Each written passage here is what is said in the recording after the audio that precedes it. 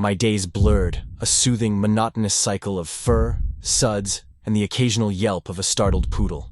As a mobile pet groomer, I'd seen every kind of residence. The spotlessly clean homes where the only thing out of place was the dog. Hair I was there to vacuum away. The cluttered hoarder houses where I groomed Fifi amidst towers of old newspapers. The grand estates where I was ushered into sun-drenched mudrooms. My van, wagging tails and whiskers, served as my office, my sanctuary, and my steady source of income. I liked the work. It was simple, low stakes, and often people were pleased to see me, if only because I was making their furry companions less pungent. I'd grown accustomed to the routine, to the intrinsic strangeness of entering unfamiliar private spaces.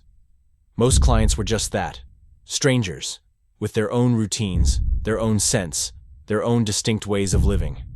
I was an observer, an unseen hand that arrived, completed its task, and departed, until Mr. Eldridge. The appointment arrived late on a Tuesday, an online request for a standard poodle trim. The address was distant, deep in the countryside, beyond the last paved road, down a twisting dirt path that felt less like a thoroughfare and more like a faint indication. Dust plumed behind my van as I drove along the increasingly narrow passage, tall, untamed trees on either side clawing at the sky. The GPS signal flickered, then vanished.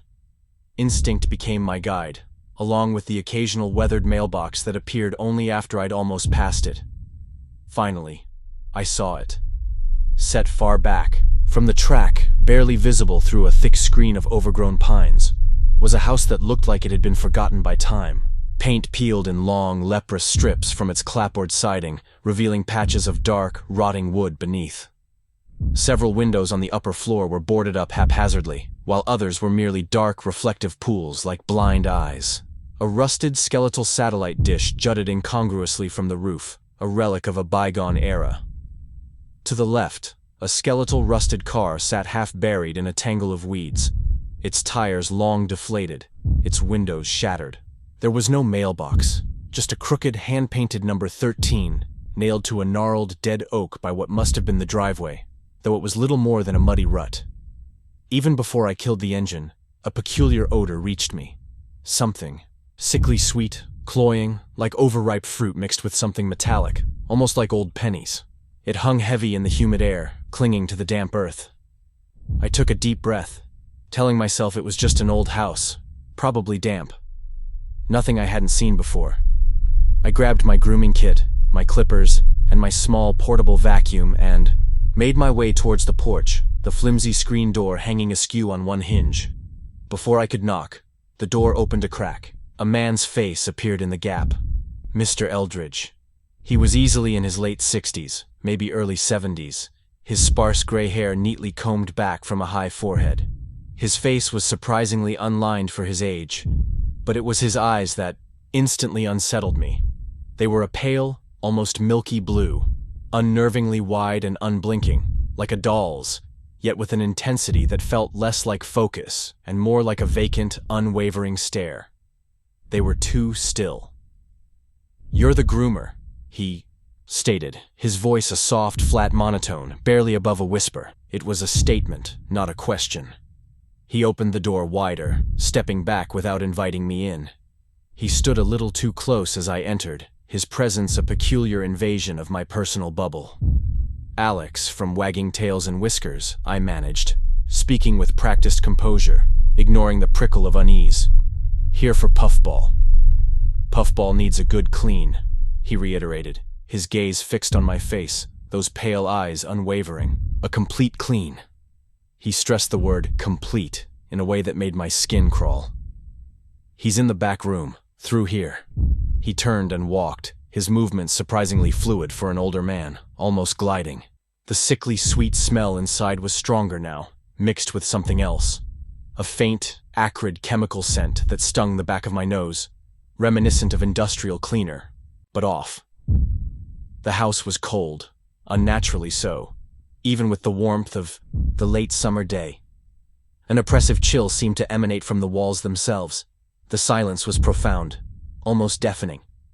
No refrigerator hum, no distant traffic noise, no chirping crickets from outside.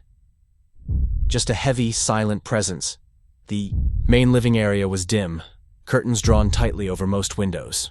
My eyes slowly adjusted.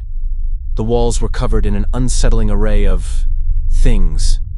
Not just taxidermy, though there were several stuffed animals, a snarling badger, a glassy-eyed owl, but also bizarre, distorted figures made from what looked like various animal parts, crudely stitched together, their eyes replaced with marbles or chips of colored glass. Antique dolls, all with the same unsettlingly serene expression, were arranged in rows on shelves, their heads slightly tilted, as if listening. A child's rocking horse stood in the corner, facing the wall, a single high-heeled shoe resting on its back. Framed photographs on a mantelpiece depicted not people, but empty rooms. Puffball. Mr. Eldridge's whisper broke the silence.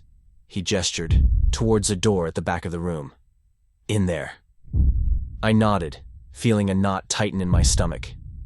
I carried my kit through the doorway into what appeared to be a converted sunroom or porch. It was brighter than the main house, bathed in the cool light filtering through a single strangely spotless window that overlooked nothing but a dense thicket of woods. All the other windows in this room were obscured by heavy velvet drapes. And then I saw Puffball. He was a standard poodle as promised, but he looked wrong. He lay on a worn rug, not moving, not acknowledging my presence with a wag, or even a blink. He was unusually subdued, almost inert.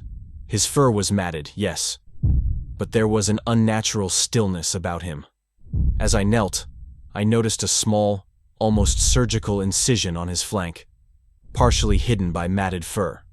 His eyes were glazed, unfocused. He seemed sedated, severely. "Hello there, Puffball," I murmured, my voice sounding too loud in the quiet room. I gently touched his side, and he didn't even flinch. That was when I heard it. A faint, rhythmic thumping, coming from what sounded like upstairs or, perhaps, a hidden room just beyond the back wall. Thump. Thump. Thump. It was irregular, soft, like something heavy being dragged, or a slow, insistent heartbeat. "Puffball is very quiet," I commented, glancing over my shoulder. Mr. Eldridge had vanished. I was alone in the room with the unnaturally still poodle and the rhythmic thumping. My phone, typically left on the small table by the door, had vanished. My heart gave a sharp lurch. I checked my pockets, my bag, frantically. Nothing. I usually kept my keys in my right front pocket. They weren't there either. A wave of panic began to seize me. I spun around. On a high shelf, half hidden by a dust cloth, was an old, industrial-looking recording device. It faced directly into the room, towards where I was working. A faint, almost imperceptible red light flickered from beneath the cloth. As I stared, the light brightened. A tiny, malevolent eye. The thumping from upstairs grew louder, more distinct now, an almost muffled dragging sound, followed by a soft, squelch-like thump. Suddenly, a soft click echoed through the room. I turned to the door I'd entered through. It was shut, not just closed, but clearly, distinctly locked from the outside. My breath hitched. I rattled the doorknob. Locked. My stomach plummeted. Mr. Eldridge reappeared in the doorway, his pale eyes unblinking, his slight smile never quite reaching them. He held something small and metallic in his hand, a set of keys. Mine. He spoke no word, just stood there, blocking the only exit, his head tilted. The air in the room grew colder, suffocating. "Puffball is very sensitive to new people," he said, his voice flat, but with a new, chilling undertone. "Sometimes, they need time to adjust, before they can leave." He took a slow step into the room, then another. Those unblinking eyes were fixed on me, not the dog. The red light on the recording device seemed to pulse, brighter now, undeniable. The thumping upstairs stopped. The silence that followed was even worse. My mind raced, fueled by a primal fear. I was trapped. He was here. He was watching me. The sedated dog, the hidden camera, the locked door, the keys in his hand, the bizarre decor, the smell, the impossible quiet. Everything clicked into place, forming a terrifying picture. This wasn't about a dog groom. This was about me. He was still walking slowly towards me, those pale eyes never leaving my face. "You have a very interesting aura, Alex." "Puffball needs water," I blurted, a desperate feint. I pointed vaguely towards the corner where a small bucket sat. It was a stupid lie, but I needed a second. As his gaze flickered, confused for a split second, I lunged. Not for the door, not for him, but for the window. My heart hammered against my ribs. I grabbed the heavy, industrial-grade water nozzle from my grooming tub, a solid piece of metal. With a guttural cry, more animal than human, I swung it with all my might, aiming for the top corner of the glass.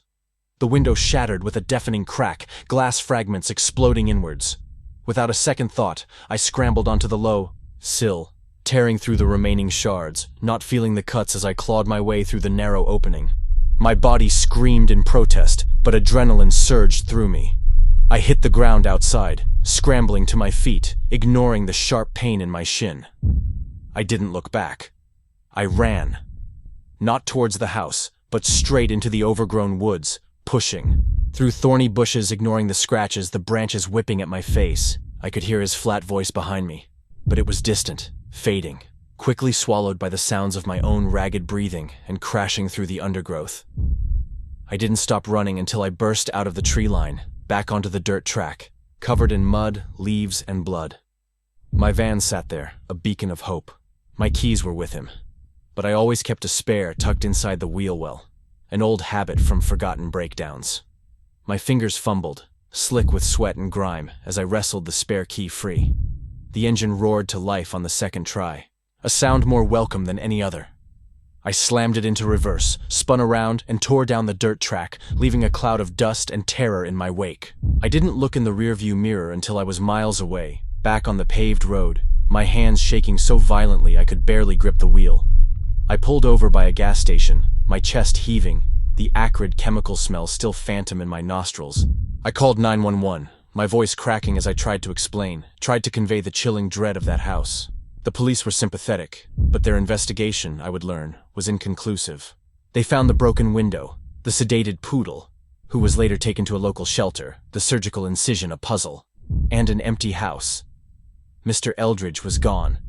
No signs of anything illicit, no tangible proof beyond my word. They chalked it up to an unstable individual who presumably fled. They told me to be careful and that they would monitor the property. A cold comfort. I quit wagging tails and whiskers a week later. The thought of stepping into another stranger's home, of being in an enclosed space with someone unfamiliar, was unbearable. The world had shifted on its axis for me. The routine had become terrifying. Now, every casual glance felt like a stare. Every quiet room felt like a trap. I found myself constantly scanning exits, scrutinizing people's eyes, searching for those faint off signals. My perception of safety, my intrinsic trust in the normalcy of everyday interactions, was shattered. The feeling of being watched, of that quiet dread, still lingers, a shadow at the edges of my vision. I learned that day that some doors should never be opened, and some silences hold far more danger than any scream.